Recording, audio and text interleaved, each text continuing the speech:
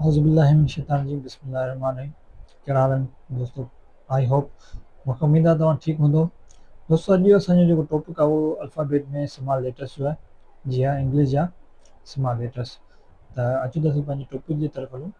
त उमेद आहे त तव्हांखे मुंहिंजा वीडियो सुठा लॻंदा हूंदा। असां स्टार्ट जेको आहे उहो बेसिक था कयूं।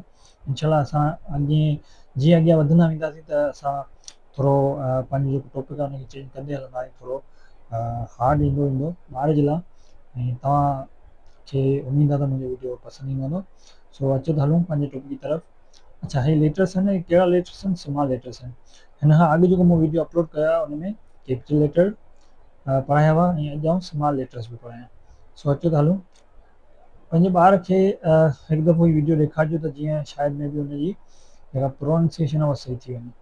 त पहिरियों अख़र आहे A, B, C, D, E, F, G, H, I, J, K, L, M, N, O, P, Q, R, S, T, U, V, W, X, Y, Z. दोस्तों, ही हुआ इंग्लिश जा लेटर्स जेके मूं पढ़ाया। तव्हां ही पंहिंजे नंढड़े गुलनि जे ॿारनि खे हिकु दफ़ो वीडियो ॾेखारे तव्हां उनखे चयो त विरिचाए त जीअं उनजी जेके प्रोनाउंसिएशन आहे, जेकी ज़ुबान ते अख़र उनजो पको थिए। उमेद आहे त अॼु जो वीडियो तव्हांखे पसंदि आयो हूंदो।